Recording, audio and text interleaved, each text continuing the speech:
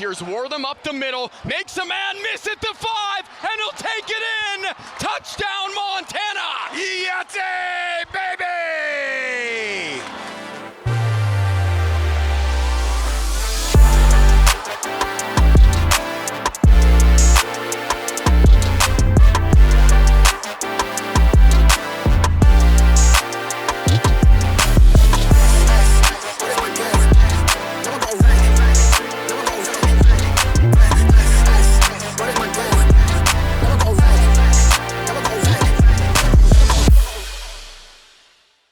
Welcome into another episode of This Week in Big Sky Football. I'm Megan Robinson.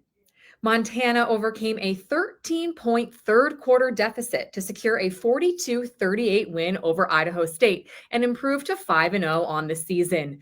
Michael Wortham Jr. was the MVP for the Grizzlies, accounting for 247 all-purpose yards, throwing for a touchdown, and then running for 2 more. He and the Grizzlies return home this week for a homecoming matchup against Cal Poly in our game of the week. The Big Sky Co-Offensive Player of the Week joins me now. Mike, now that you've had time to let your emotions settle after that incredible win on Saturday, what did you learn about your team in that victory over Idaho State? You know, this team has a lot of resilience. We continue to have grit, and grind through the tough times. Things don't go your way all the time in games, and I feel like this team just showed what they could do, when our backs are against the wall. We talked about that resiliency after that when you just brought it up again. Where do you think that resiliency comes from? The grind that happens in the off season, what coach shows us, tells us every day, beats into our head every day, that this is what Montana football is. He's going to make sure that everybody's on the same page at all times. I just feel like that leadership throughout the team is what really keeps that resiliency going. You accounted for 247 all-purpose yards, threw a touchdown, rushed for 2 more. What's the secret to your success all over the field? It's really just it comes down to film watching. My coaches believe in me at the end of the day, and just executing the plays. I can only control what I can control, and my teammates do an amazing job of helping me, basically get into the end zone. They do their job just as well. There's a lot of unselfishness throughout this team, so I feel like that plays a very big part in my success. I'm sure you're happy to be used wherever you could help the team. However, if you had to pick a place where you feel the best offensively and want to be your favorite way to be used, what would that be? I like being at the QB position. I feel like there's a lot more I could do in that position. I have the ball, and all the decisions go through me, so it feels a little more comfortable there. I played that mainly when I was in JUCO in high school. So I'm very comfortable at that position. And receiver will be my second pick. It's very close. It's my first year being a receiver. So it's been very fun. I love being a receiver. I love running routes and stuff like that, but I love being behind the center. It feels more comfortable.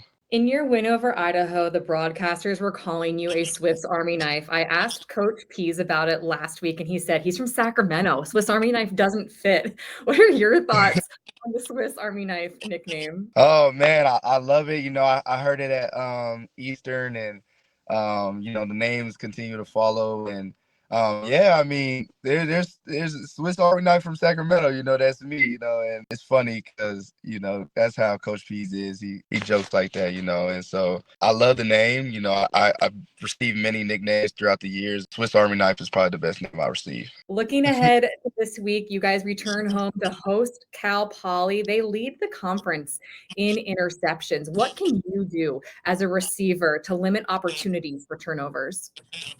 At the end of the day, it's still going to come down to execution. Practice how we play. Last game was a prime example. Sometimes you can only control what you can control. So, what we practice, what our game plan is going to be is how we're going to be able to limit things like that, and get back on the right track. It is homecoming this weekend in Missoula. Incredible uniforms released just the other day. 1995 throwbacks. They've gone viral on the internet. What are your thoughts on what you'll be wearing this weekend? I love it, man. I literally my visit here, I walked past the case. We have a little trophy case and stuff of past players and stuff. And that jersey was hanging up in there. And I asked, "Are we wearing those this year?" He said, "Yeah." And at first I thought he was telling me a dream, and because I asked some of the other players, they were like, "I don't know if we're actually wearing those." And so the fact that now we're actually wearing them, and he told me the truth, and I loved it. I love the colors. I was super excited when he told me that, and I just can't wait to put it on and put on a show in front of our fans. From one conference leader to another, hear from the Big Sky's leading receiver, Michael Briscoe, after this. Welcome back to This Week in Big Sky Football. I'm Megan Robinson. Fifth-year senior Michael Briscoe is the go-to target for Cal Poly quarterbacks. The wide receiver currently leads the Big Sky in both receiving yards and receiving touchdowns and has been averaging 88 yards per game. Briscoe and his Mustangs head to Missoula this weekend and are hoping to hand the Grizzlies their first loss of the season. Michael, big picture, you lead the Big Sky in receiving yards, lead the Big Sky in receiving touchdowns, are second in the nation in receiving touchdowns. What's been working for you this season? Just trusting the quarterback, making plays when the ball's getting thrown my way. Before the season, I asked you what success looked like for you. You told me making every opportunity count, scoring whenever the ball's in your hand, making plays, making highlights, playing to the whistle. Based on that, how would you rate your success the first half of this season? There's been a few plays that I've left on the field with drop touchdowns and, drop ball here and there. But like you said, I'm leading and I'm up there in yards and touchdowns. So I would say scale of 1 to 10, like a 8.5. You said that you feel like you've left some plays on the field. When those plays happen, how do you regroup on the sideline and clear your mind for the next time you're on the field? A lot of my teammates just surround me, tell me like there's a lot more plays left on the field. So it's hard not to get upset with myself, but I would definitely shout out my teammates to kind of like bring me back. You said you'd rate your success so far an 8.5 out of 10. What areas of your game are you looking to improve this second half of the season to get closer to a 10 out of 10 at success? I would definitely say my run blocking could be better, help spring the running backs and excel our run game moving into the second half of the season, and just looking the ball in more. Looking ahead, you are on the road this weekend, heading to Missoula to face Montana on their homecoming. Cal Poly is first in the Big Sky interceptions. Montana is second. As a receiver, how can you limit their chances of making an interception? Just fighting for the ball when the ball is in the air. Also just limiting the mental mistakes and not beating ourselves as far as game plan wise and assignment wise. But I definitely just say having the mentality that like when the ball is in the air, it's our ball. And whether it's an overthrown, underthrown ball, or we don't get out of our breaks as well, having to turn into a defender every now and then. Everyone talks about the atmosphere in Washington Grizzlies Stadium. You've played there. What have the Mustangs been doing this week at practice to prepare the younger guys and everybody really for that hostile environment? We have crowd noise playing over the intercoms during our practices. Like we practice in our stadium, so they play crowd noise at max volume during practice. And you could see people like walking to class, like looking like there's a game going on. But I would say that definitely. On the road against an undefeated Montana, it is their homecoming. What will be the keys to leaving Grizz with a win? Just playing our football for 4 straight quarters for the full 60 minutes. I think we've, as a team and as a staff, have shown that we can compete with almost anybody in this country. So just limiting mistakes, not beating ourselves, and just playing Cal Poly football. Caden Pinnock earned Player of the Week honors in back-to-back weeks. Hear from the UC Davis freshman sensation after the break.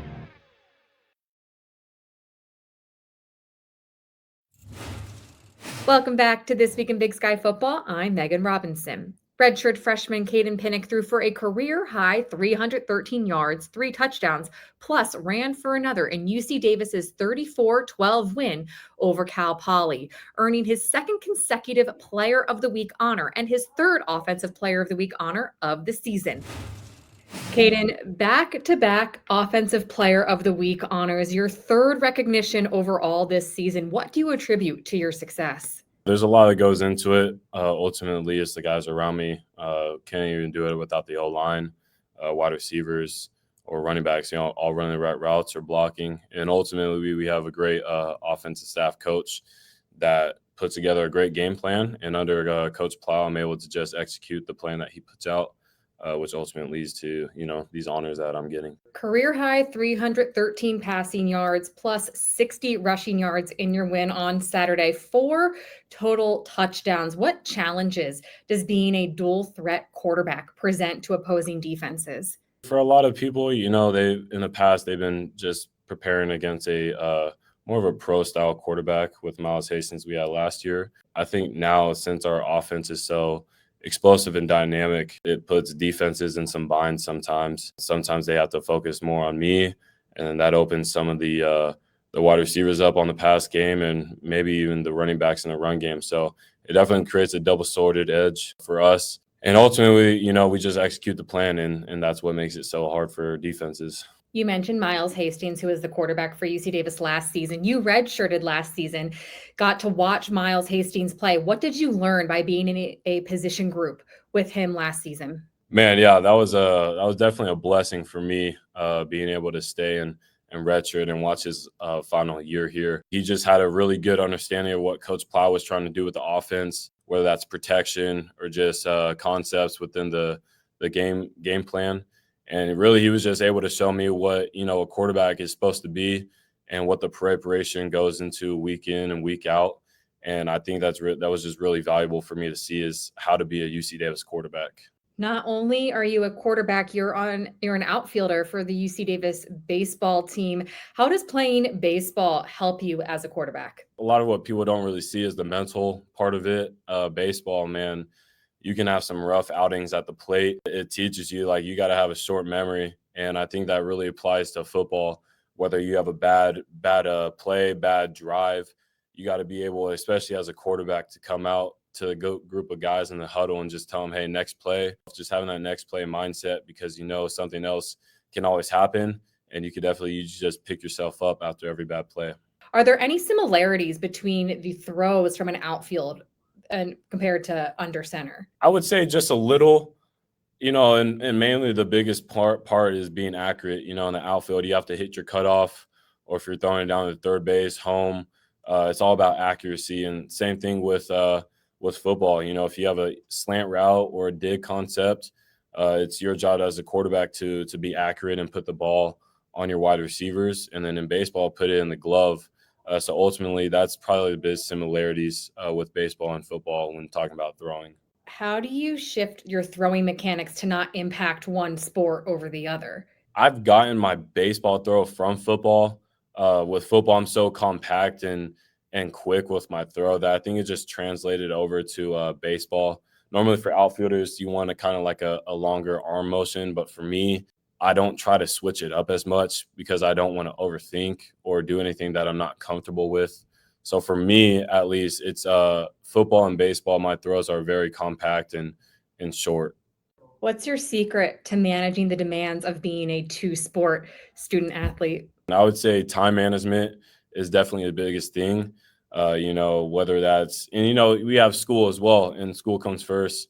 So whether that's getting all my homework or assignments done, you got to do that first. But then in terms of being a two-sport athlete, it's just managing my time load. So if I need to study a little bit more and watch film with football, then I'm able to do that. If I need to get in the batting cages and work on my swing, work on my load and all my fundamentals, then I do that. So I think the biggest thing of being a two-sport athlete is time management and knowing what to do with it. Looking ahead to this weekend, you host NAU for homecoming at UC Davis. What can the alumni returning to campus expect from the game this weekend? There will be a lot of energy flowing throughout the stadium. I think the alumni can expect a really well-executed game from the Ags. I think we look really good this week, just executing the game plan that either Coach Plow or Coach Coombs has given the defense and offense. And I think they should expect a really well-played Aggie football game. Still to come, game picks with voice of the Mustangs, Chris Sylvester. Welcome back to This Week in Big Sky Football. I'm Megan Robinson, joined now by the voice of the Mustangs, Chris Sylvester. Chris, you've been on the call for Cal Poly for the last 10 seasons. What stands out to you about this year's team? Well, first of all, thanks for having me. 10 years, it's really kind of a surprising statistic when you say it, when we were talking about it. But I think Paul Wolf here in year 3, the head coach of Cal Poly, he's brought stability and he's brought a change of culture to this program. They always said around these parts that if you were to ditch the triple option, it would take about 5 years to regain some relevancy. And I think we're seeing that with Cal Poly. With the win they had at Sac State to open up the Big Sky schedule, going toe-to-toe with a really good top 10 UC Davis team at home this past weekend. I think things are really starting to turn in the right direction for Cal Poly. I don't know if that means a playoff berth or competing for a conference championship this year, but certainly when you talk to opposing coaches in the Big Sky in 2025, oftentimes they'll use the verbiage night and day from what they've seen from Cal Poly teams the last few years. So this is for sure one of the most improved teams in the FCS, and they do feel like they can go toe-to-toe with anybody in this conference on any given Saturday. A big reason for the Mustangs' success so far this season is wide receiver Michael Briscoe leads the Big Sky in receiving yards and touchdowns. 7 touchdowns, good enough for second in the FCS as well. What do you attribute to his success this year? Yeah, Mike Briscoe quickly becoming a top NFL prospect among FCS draft eligible guys for 2026. In fact, there's been a ton of NFL scouts that have come out to Cal Poly practices in recent weeks to see him. It's all about confidence. It's all about route running. You talked to Tim Rosenbaugh, who, of course, was a longtime offensive coordinator in the Big Sky at Montana. He just feels like this guy is tougher. He's stronger. He just knows opposing defenses a little bit better. Briscoe, of course, going to be a factor in this weekend's game against Montana. I will save that pick for last as it is our game of the week. We'll go to Idaho State, who had that heartbreaking loss to Montana this past Saturday.